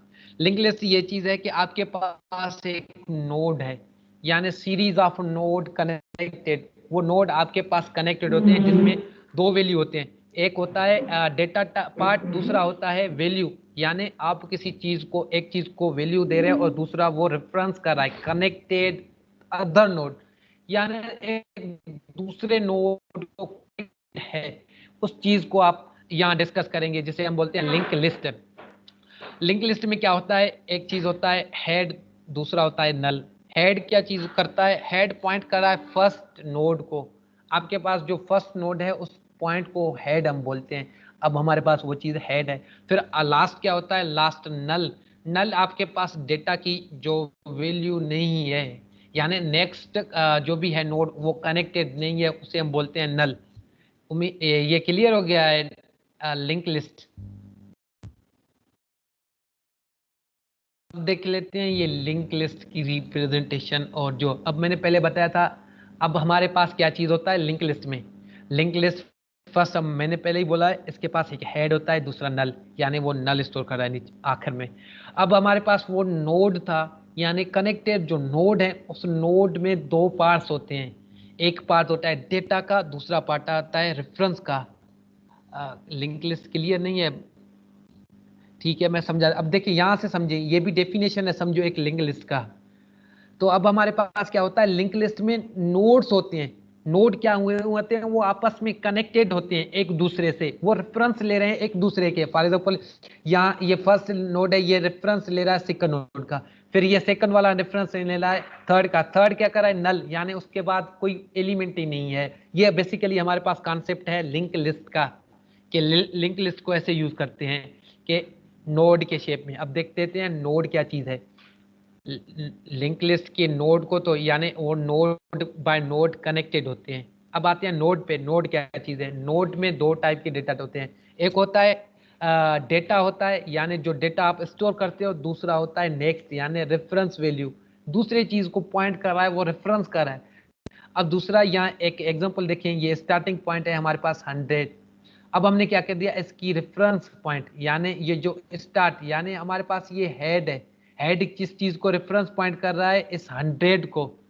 यहाँ से क्लियर होता जाएगा, समझते जाए इस चीज को, कि हमारे पास जो नोड है वो रेफरेंस कर रहा है। अब देखिए ये स्टार्टिंग पॉइंट हो गया, ये हेड हो गया हमारे पास, ये फर्स्ट नोड था समझो, वो रेफरेंस कर रहा है सेकंड को, यानी ये 100 रेफरेंस है, यानी इस चीज को रेफरेंस कर रहा है। अब 100 की जो वैल्यू है वो इस, यानी इस 100 को रेफरेंस। अब देखिए उस चीज के बाद अब ये कनेक्ट होगा, यानी जो हमारे पास 10 की वैल्यू है, यानी फर्स्ट जो होता है, अब हमारे पास डेटा वैल्यू होता है, दूसरा एड्रेस होता है। अब हमारे पास ये जो है, ये क्या चीज होता है, एक डेटा होता है, यानी आप जो भी डेटा रखना चाहते हो, स्ट्रिंग रखें, फ्लोट रखें, जो भी रखें। फिर दूसरा होता है नेक्स्ट, यानी रेफरेंस पार्ट, किसी चीज को रेफरेंस कर रहे हो कि अब इस एलिमेंट के बाद आप इस चीज को रेफरेंस कर रहे हैं, अब मुझे ये चीज करनी है। उसके बाद इसने क्या कर दिया, रेफरेंस कर दिया इस चीज को 20 को। फिर उसके बाद 20 किस चीज का रेफरेंस करा है, अब उसकी तो वैल्यू स्टोर हो गई। 20 की जो रेफरेंस पॉइंट है अब 30 को, यानी 30 को रेफरेंस कर रहा है, उसके बाद रेफरेंस पॉइंट। अब हमारे पास एड्रेस क्या चीज पड़ा है, 300 पड़ा है, उस 300 को पॉइंट कर रहा है।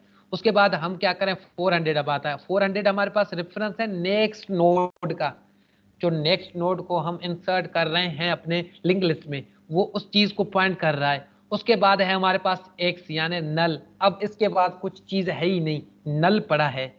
ये था नोड का कॉन्सेप्ट लिंक लिस्ट में। अब ये क्लियर हो गया, डेफिनेशन में भी यही चीज था।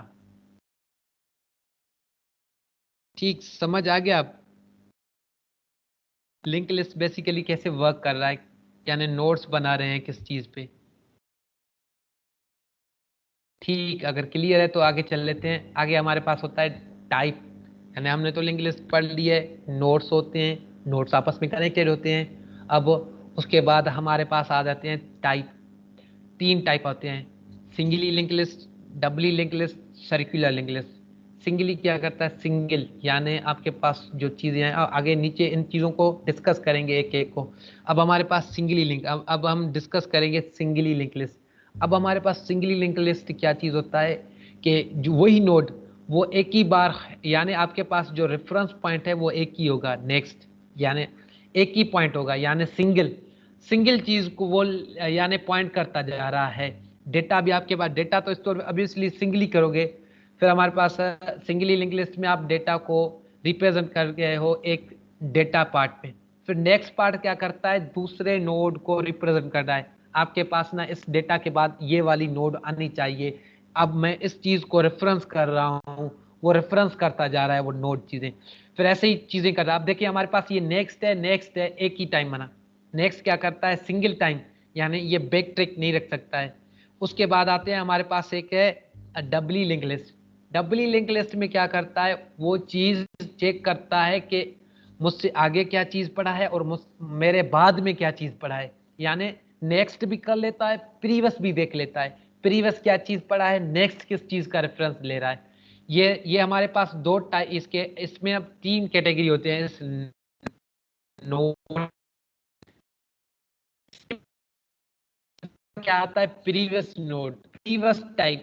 प्रीवियस क्या करता है, वो रेफरेंस कर रहा है बैक ट्रैकिंग का, आपके पास बैक जाने के लिए, यानी प्रीवियस डेटा को हैंडल करने के लिए। फॉर एग्जांपल आपने फर्स्ट डेटा इंसर्ट कर दी है, उसके बाद आपको ना प्रीवियस भी देखना है, डबली जा रहे हैं ना, प्रीवियस भी देखना है कि अब मेरे पास प्रीवियस क्या चीज पड़ा है, किसको मैं प्रीवियस रेफरेंस कर रहा हूँ, वो चीज बता रहा है प्रीवियस हमें के प्रीवियस भी जाना है। नेक्स्ट क्या बता रहा है, अगला नोड क्या कौन सा होगा। फिर उसके बाद प्रीवियस फिर से बताएगा कि अब जो हमने पास करके आए हैं वो नोड वो बता रहा है हमारे पास। डबली लिंक लिस्ट भी क्लियर हो गया ये? अगर सवाल हो तो पूछ लें, क्योंकि ये कोर है अब डेटा स्ट्रक्चर का।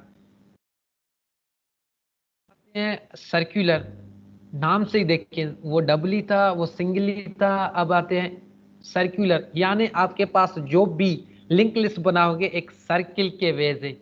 फॉर एग्जाम्पल सर्किल के वे से कैसे, आप देखिए हमने यहाँ क्या कर दिया, हेड का ये इस डेटा को कर दिया, फिर उसके बाद नेक्स्ट को ये वाला पार्ट असाइन कर दिया, फिर उसके नेक्स्ट में ये वाली चीज असाइन कर दिया।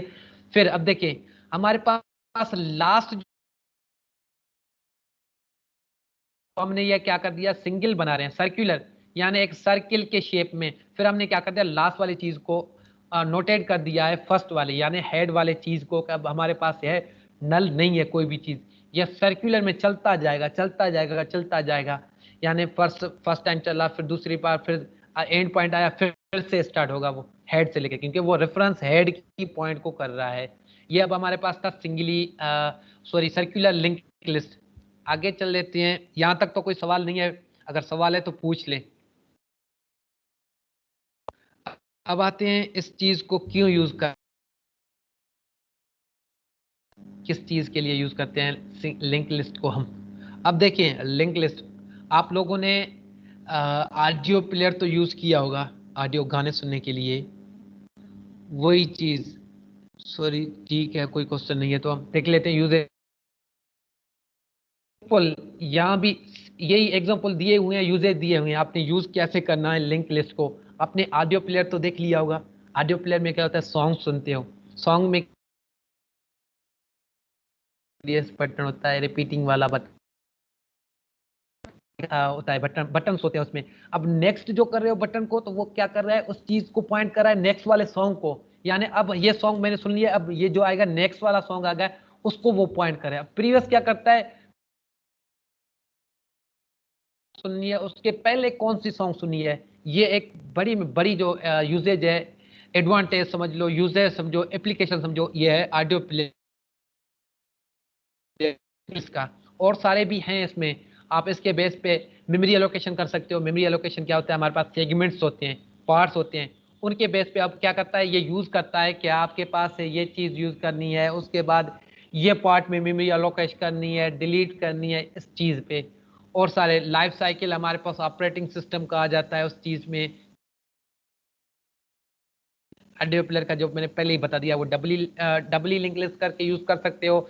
आपके पास सर्कुलर भी होगा, आप क्या करते हो सॉन्ग्स रिपीट कर देते हैं।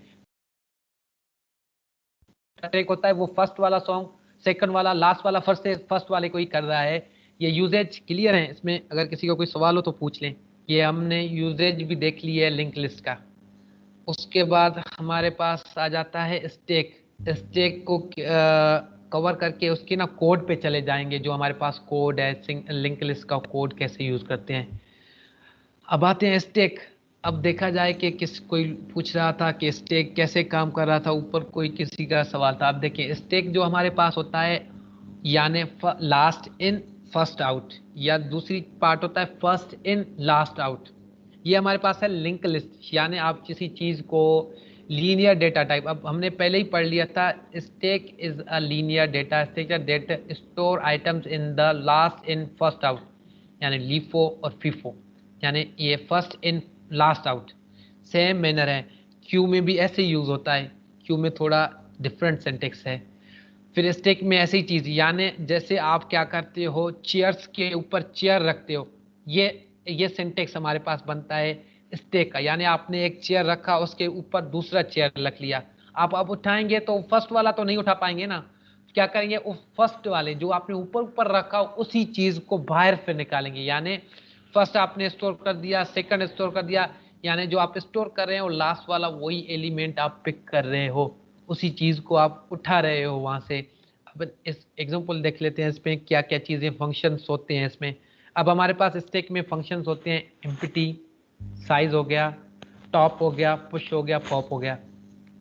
एम्प्टी क्या करता है, आप चेक करता है कि स्टैक तो एम्प्टी नहीं है, स्टैक में कुछ एलिमेंट है या नहीं है। अब एम्प्टी होगा तो वो फॉल्स रिटर्न कर देगा, एम्प्टी नहीं है तो ट्रू रिटर्न कर देगा, यानी कुछ चीजें हैं स्टैक में अब हमारे पास। साइज क्या करता है, साइज मेथड ये होता है कि आपके पास साइज रिटर्न कर देता है कि फंक्शन जो साइज, यानी स्टैक में जितने भी एलिमेंट हैं वो काउंट करेगा, उसके आपके पास रिटर्न कर देगा कि इसकी साइज 5 है, 10 है, 12 है, 15 है, जितने भी है। फिर अब पुश मेथड, पुश क्या करता है, आप एलिमेंट को पुश करते हो टॉप बाय टॉप, यानी फर्स्ट आपने पुश कर दिया, उसके बाद दूसरा पुश करोगे वो उसके टॉप में आ जाएगा, तीसरा एलिमेंट पुश करोगे फिर उसके टॉप में, यानी एक सीक्वेंस में देता है। फर्स्ट आप इंसर्ट कर दे, और जब भी पॉप क्या करता है, पॉप करता है डिलीट कर देता है। डिलीट क्या करता है, टॉप मोस्ट जो हमारे पास टॉप पे पड़ता है, चीज पड़ा होता है, उसी चीज को वो डिलीट कर देता है, वो वहां से रिमूव कर देता है उस चीज को, फिर वो रिटर्न कर देता है आप उस चीज को। अब देख लेते हैं स्टैक को। अब देखें, अब फर्स्ट हमने एम्प्टी देखा था, एम्प्टी क्या करता है आपके पास, अब देखें एम्प्टी यहाँ खाली है, ये स्टैक एम्प्टी है, यहाँ ये आपके पास ना ट्रू रिटर्न कर देगा कि आपके पास एम्प्टी है, कुछ है ही नहीं इसमें। फिर आप उसके बाद है पुश। पुश में क्या होता है, आप चीजों को पुश करते जा रहे हो स्टैक में, यानी कंटेनर में आप चीजों को रखते जा रहे हो, एक के ऊपर दूसरा, दूसरे के ऊपर तीसरा, तीसरे के ऊपर चौथा, यानी एक सीक्वेंस में आप उस चीजों को मेंटेन करते जा रहे हो सीक्वेंस का। अब देखिए यहाँ मैंने 1 पुश कर दिया, फिर उसके बाद दूसरा पुश कर दिया, फिर तीसरा पुश कर दिया, यानी स्टेप बाय स्टेप। ये एक कंटेनर है हमारे पास, उस कंटेनर में हम एक के ऊपर दूसरा चीज रख रहे हैं, दूसरे के ऊपर तीसरा चीज रख रहे हैं, चौथे के ऊपर पांचवा चीज रख रहे हैं, यानी सीक्वेंस में करते जाए। अब देखिए फिर आप पॉप करेंगे, मैंने पहले ही बता दिया पॉप क्या करता है, यानी लास्ट जो आपने लास्ट में इंसर्ट किया वही चीज को वो वहां से डिलीट कर देता है, यानी रिमूव कर देता है, आपको वो चीज रिटर्न कर देता है। अब पॉप यहाँ क्या करेगा कि आपके पास 3 जो है ना, 3 रिटर्न कर देगा और 3 को वहां से रिमूव कर देगा आपके पास। क्लियर हो गया? अब स्टैक को वर्किंग ऑफ स्टैक, जैसे मैंने पहले बताया था, इसी चीज सेम चीज आप यूज कर सकते हो स्टैक को, यानी वर्किंग कर सकते हो। यानी फॉर एग्जांपल आपने स्टैक का कैसे वर्क करना है, फर्स्ट एलिमेंट इंसर्ट कर, या फिर दूसरा, फिर तीसरा, ऐसे ही क्लियर होता जाएगा। यानी आपके पास स्टेप बाय स्टेप चीजों को रख रहे हैं एक दूसरे के ऊपर, ये नहीं है कि आपने फर्स्ट रखा उसके नीचे ही दूसरा रख दिया, ये नहीं, उसके ऊपर रख रहे हो, उसके ऊपर फिर दूसरा, उसके ऊपर दूसरा, यानी ये एक कंटेनर में जैसे हम बॉक्स में कुछ चीजें रख रहे हैं ना, बॉक्स का एग्जांपल एक देता हूँ। बॉक्स में क्या है, एक के ऊपर दूसरा चीज रख देते हैं, यानी जैसे डिनर सेट्स हो गए हमारे पास, यानी प्लेट्स जो रख रहे हैं एक के ऊपर दूसरा, दूसरे के ऊपर तीसरा, तीसरे के ऊपर चौथा, यानी इस मैनर पे ही हम वर्किंग जो होता है स्टैक का होता है। क्लियर है ये? क्यों हम कल डिस्कस कर लेंगे। अब इसकी कोड पे आ जाते हैं। अब हमारे पास कोड है, देख लेते हैं। पहले हम लिंक लिस्ट का कोड देखेंगे। अब हमारे पास लिंक लिस्ट का हमने यहाँ कोड बनाया हुआ है। अगर आप थोड़ा आइडिया होगा, जो ये मैं आईडी यूज कर रहा हूँ, ये कौन, किसी को आइडिया है इसका? नहीं तो मैं थोड़ा बता देता हूँ कि कोलैब क्या करता है, इसमें क्या फीचर्स हैं। ठीक है, देख लेते हैं थोड़ा, इसको भी देख लेते हैं कोलैब क्या चीज़ है। अब देखें, अब हमारे पास क्या होता है कि अब हमें पाइथन इंस्टॉल करनी पड़ती है, चीज़ों को इंस्टॉल करना पड़ता है मशीन में वजन यानी स्पेस ज़्यादा हो जाता है, स्पेस लेता है, उसके बाद मशीन हैंग हो जाती है। उस स्पेस पे हम क्या करते हैं, ऑनलाइन ऑनलाइन इंटरप्रेटर यूज़ करते हैं, जो हमारे पास ऑनलाइन वर्क कर रहे हैं। अब देखिए हमारे पास जैसे कोलैब हो गया, जुपिटर नोटबुक वैसे हो गया, वो आप ऑनलाइन ऐसे चलाएंगे, सर्वर पे ऐसे काम करेगा कि आपके पास ना एनाकोडा इंस्टॉल होगा, या आप जस्ट जुपिटर नोटबुक को इंस्टॉल करते हो तो इंस्टॉल करनी पड़ेगी उस चीज़ को। फिर उसके बाद इसकी ना थोड़ी ड्रॉबैक्स भी हैं और इसकी ना फीचर्स भी हैं, कि आप देखें कि ड्रॉबैक्स क्या हैं, इसकी फीचर्स क्या क्या चीज़ें हैं। अब देखें, ये फर्स्ट तो ऑनलाइन चलेगा, आपके पास नेट अवेलेबल होगा इस चीज़ को, कोलैब को चलाने के लिए। आगे जो भी मेरे बाद जो भी स्पीकर आएंगे वो आपको ना कोलैब या जुपिटर नोटबुक के काम कराएंगे, क्योंकि मशीन लर्निंग के एल्गोरिथम इस चीज़ पे कराते हैं। इसमें ये एक फैसिलिटी होता है कि आपके पास ना जीपीयूज टीपीयूज के बेस पे काम करता है। मशीन लर्निंग के एल्गोरिथम ऐसे होते हैं जो बड़े हैवी होते हैं। कभी कभी ऐसे ऐसे एल्गोरिथम होते हैं मशीन लर्निंग और डीप लर्निंग के, कभी कभी एक एक दिन, दो दो तीन तीन दिन लगते हैं उस चीज़ को हैंडल करने में, यानी रन करने में। कभी कोई ऐसा एल्गोरिथम अप्लाई करते हैं जो हमारे पास डेटा सेट, उसमें जस्ट 1 घंटे में हो जाता है, 5 मिनट भी लगता है उस चीज़ को चलाने में। उसके बेस पे हम इसमें ना हमें जीपी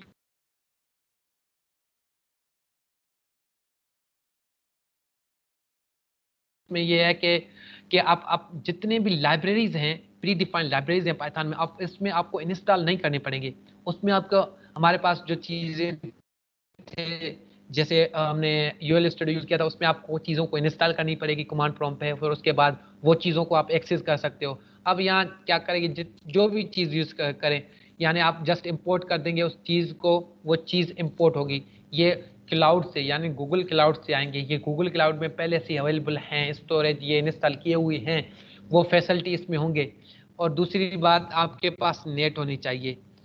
अब आते हैं इस कोड पे, जो हमने पहले बताया था। हमारे पास जो नोड्स होते हैं, नोड्स में क्या चीज़ होता है, एक होता है डेटा पार्ट, दूसरा होता है एड्रेस पार्ट। अब उसी चीज़ को देख लेते हैं यहाँ। अब हमने यहाँ क्या कर दिया, एक क्लास बना दिया है नोड का। नोड में हमने क्या असाइन कर दिया है, ये उसका एक स्पेशल मेथड है। आपने ऊप में पढ़ लिए होंगे ये मेथड सारे। ये स्पेशल मेथड में हमने क्या कर दिया, एक डेटा ले लिया वेरिएबल, दूसरा हमने ले लिया है नेक्स्ट। अब उसके बाद हमने ना एक क्लास बना लिया है लिंक लिस्ट का। फिर उसके बाद इसके स्पेशल एक मेथड बना लिया जिसमें हमारे पास हेड भी पड़ा है, टेल भी पड़ा है। टेल रखें आपकी मर्जी, ना रखें आपकी मर्जी। ये होता है कि आप कोड कैसे भी ये लॉजिक पे होता है, लॉजिक कौन सा यूज करना चाहते हो आप इसमें। लिंक लिस्ट में स्टैक हो गया, जितने भी डेटा स्ट्रक्चर हैं हमारे पास, उसमें लॉजिक बनता है, कौन सा लॉजिक आप अप्लाई करना चाहते हो इसमें। अब हमने यहाँ क्या कर दिया, एक अपेंड का वेरिएबल बना दिया है, रिपेंड का बना दिया, इंसर्ट का बना दिया है मेथड, फिर रिमूव का मैं एक मेथड बना दिया। उसके बाद प्रिंट, जो हमने स्टोर कर दिया उस चीज़ को हम यहाँ प्रिंट करें कि वो चीज़ प्रिंट हो।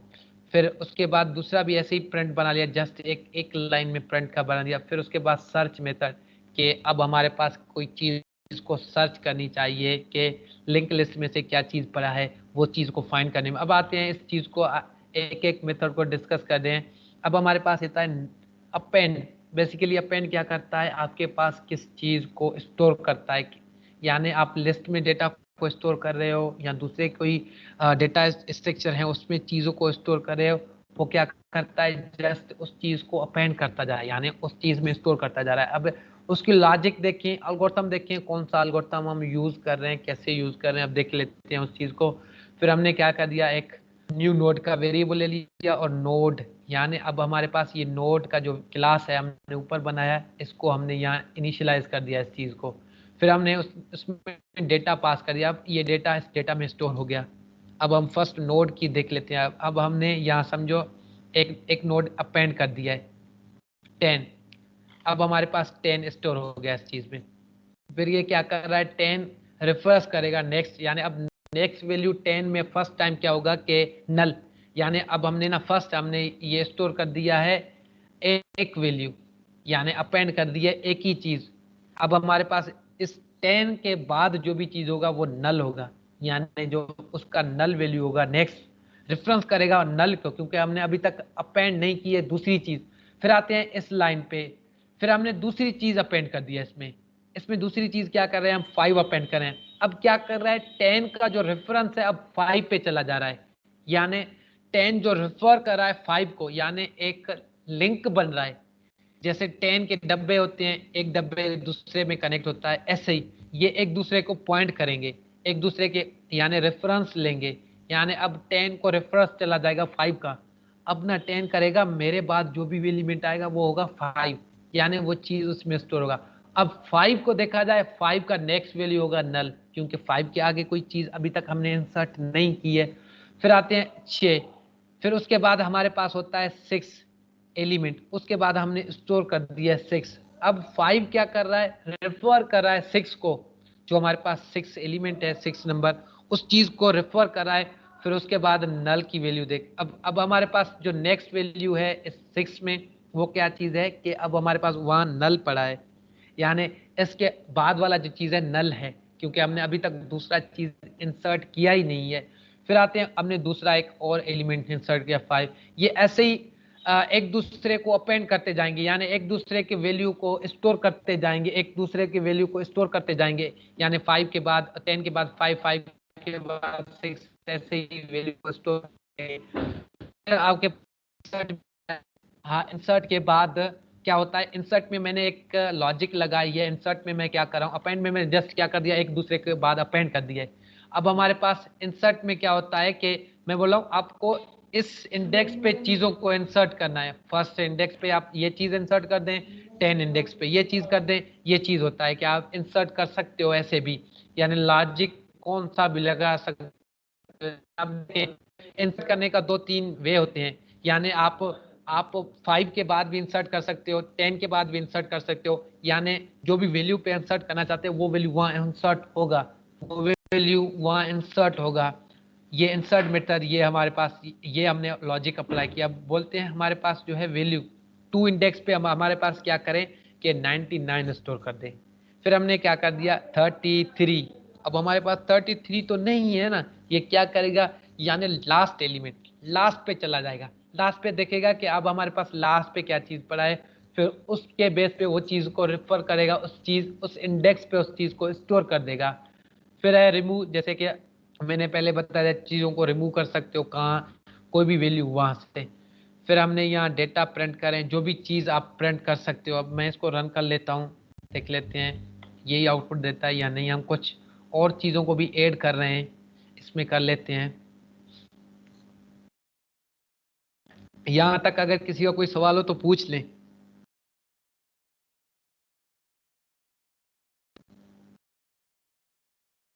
अब हमारे पास ये रन हो गया है। अब देखें, अब जैसे ये कनेक्ट हो गया तो यहाँ देखिए ये सारी चीज़ें बता रहा है हमें कि अब हमारे पास ये इंटरप्रेटर चल रहा है, हमारा जो भी है कोलैब।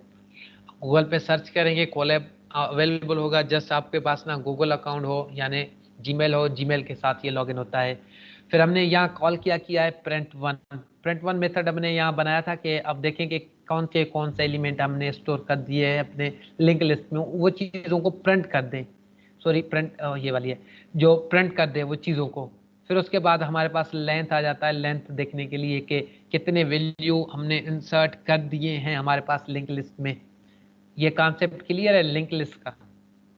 अगर किसी का कोई सवाल हो तो पूछ लें कोड के बेस पे या कुछ भी, क्योंकि टास्क कुछ होंगे लिंक लिस्ट के वो मैं आपको ना आसान कर दूंगा। ठीक है, अगर क्लियर है तो अब जाते हैं स्टैक पे। हमने स्टैक का जो बेसिक था यानी थ्योरी पार्ट था वो तो हमने क्लियर कर दिया। अब आते हैं स्टैक की कोड पे कि स्टैक को कैसे इम्प्लीमेंट किया जाए अब पाइथन में। अब आते हैं स्टैक, हमने एक क्लास बना लिया स्टैक का, फिर उसके बाद उसकी स्पेशल मेथड में हमने क्या कर दिया, एक स्टैक के नाम से हमने एक लिस्ट बना लिया। बेसिकली आपको लिस्ट बनाना यूज करना आता होगा, बेसिक जो पाइथन आप लोगों ने यूज की है। फिर मैंने कुछ उसकी ना मेथड्स डिस्कस कर लिए थे, जैसे एम्प्टी हो गया, पॉप हो गया, टॉप हो गया, पुश हो गया, साइज हो गया, यानी फ्रंट या किसी चीज को आप फ्रंट करते हो, जो हमारे पास ये चीजें हैं। अब आते हैं कि ये सिंपल सा है, सिंपल में सिंपल कोड है इन चीज़ों के, जो भी हमारे पास डेटा स्ट्रक्चर्स होते हैं। अब देखिए एमपीटी में क्या होता है, अब देख लेते हैं। स्टैक में जो हमने लिस्ट बनाया और लिस्ट देख लेते हैं, एमपीटी है वो जस्ट ट्रू और फाल्स रिटर्न कर देगा। फिर पॉप क्या करता है, जस्ट फर्स्ट में पॉप कर लेता है, अगर देख लेता है जीरो इंडेक्स से, अगर 1 से कम है तो उस चीज़ को फर्स्ट के बेस पे यानी अपर यानी टॉप वाला चीज़ को पॉप कर लेता है, यानी टॉप में जो भी चीज़ पड़ा है वो चीज़ आपको वो पॉप करके यानी वहां से रिमूव कर लेता है उस चीज को। फिर आते हैं हमारे पास टॉप। टॉप क्या करता है कि चेक कर लेता है स्टैक में जो भी टॉप वैल्यू होगा वो आपको रिटर्न कर देगा। अब टॉप और पॉप की थोड़ा डिफरेंस देख लें। पॉप क्या करता है कि उस चीज को रिटर्न भी कर लेता है और दूसरी डिलीट भी कर लेता है, यानी उस चीज को डिलीट भी कर लेता है वहां से। फर्स्ट टॉप वाला एलिमेंट होगा उसे डिलीट भी कर देगा और रिटर्न भी कर देगा। और पॉप क्या करता है, जस्ट आपको इंफॉर्मेशन देता है कि यानी फर्स्ट यानी हमारे पास टॉप एलिमेंट जो भी है वो चीज रिटर्न कर देता है। आपके पास ना टॉप एलिमेंट 5 पड़ा है या 10 पड़ा है, जो भी चीज है वो आपको रिटर्न कर देगा। पुश क्या करता है, जस्ट उसमें अपेंड करता जा रहा है। जैसे मैंने पहले अपेंड का एक फंक्शन बनाया था लिंक लिस्ट में, इसमें लिंक लिस्ट में, तो ऐसे ही काम करता है। अपेंड क्या करता है, इस चीज को अपेंड करता जा रहा है, जो लिस्ट है हमारे पास उस चीजों को अपेंड करता जा रहा है जस्ट हमारे पास जो भी चीजें हैं। और साइज क्या करता है, हम चेक कर लेते हैं हमारे पास जो लिस्ट बनाया है यानी स्टैक बनाया है, स्टैक की साइज क्या है, कितनी साइज की है, 5 की है, 10 की है, 12 की है, कितनी साइज है उसमें। फिर हमें प्रिंट यानी स्टैक को प्रिंट करना चाहते हैं। अब स्टैक में हमने बनाया है, स्टैक में क्या क्या वेरिएबल पड़े हैं, क्या क्या चीज पड़ा है स्टैक में, वो चीजें प्रिंट कर रहे हैं। अब हमारे पास आते हैं ये कुछ फंक्शंस हमने बनाए हैं उन चीज़ों का। अब देखिए मैं यहाँ कनेक्ट कर रहा हूँ, ये कनेक्ट होगा, फिर उसके बाद इसको मैं रन कर रहा हूँ। अब देखिए पहले मैंने इसमें क्या स्टोर कर दिया, हेलो, उसके बाद मैंने स्टोर कर दिया, पुश कर दिया वर्ल्ड, फिर उसके बाद मैंने तीसरा पुश कर दिया है अब आई एम अब्दुल जब्बार, ये कर दिया। फिर उसके बाद मैं प्रिंट कर रहा हूँ इस चीज़ को, मैंने यहाँ प्रिंट कर दी है ये सेम चीज़।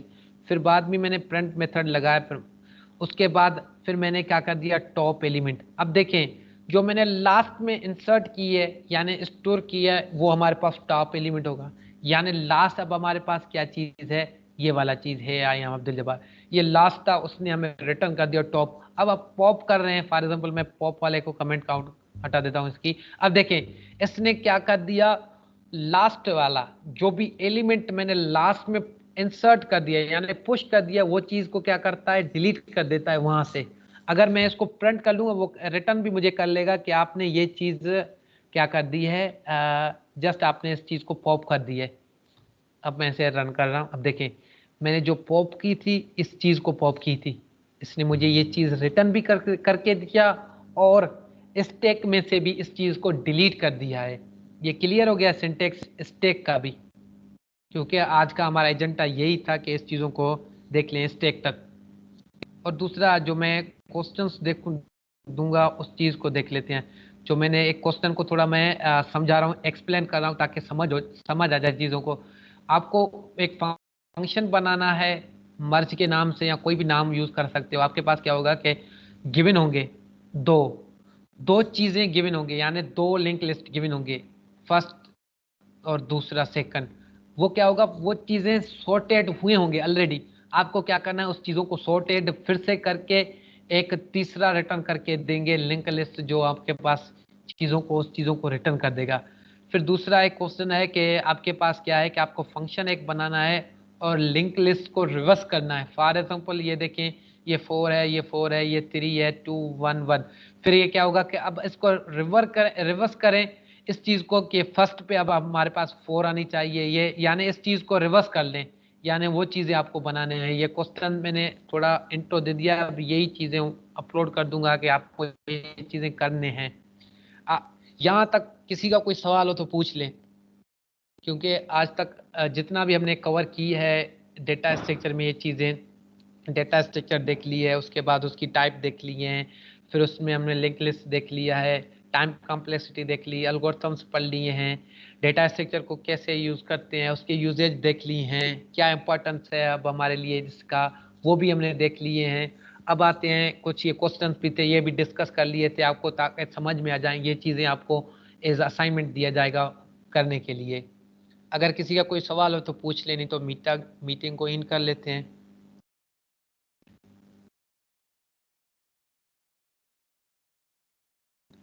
अगर किसी का कोई सवाल नहीं है तो ठीक है, मीटिंग को इन कर लेते हैं। Samila, over to you.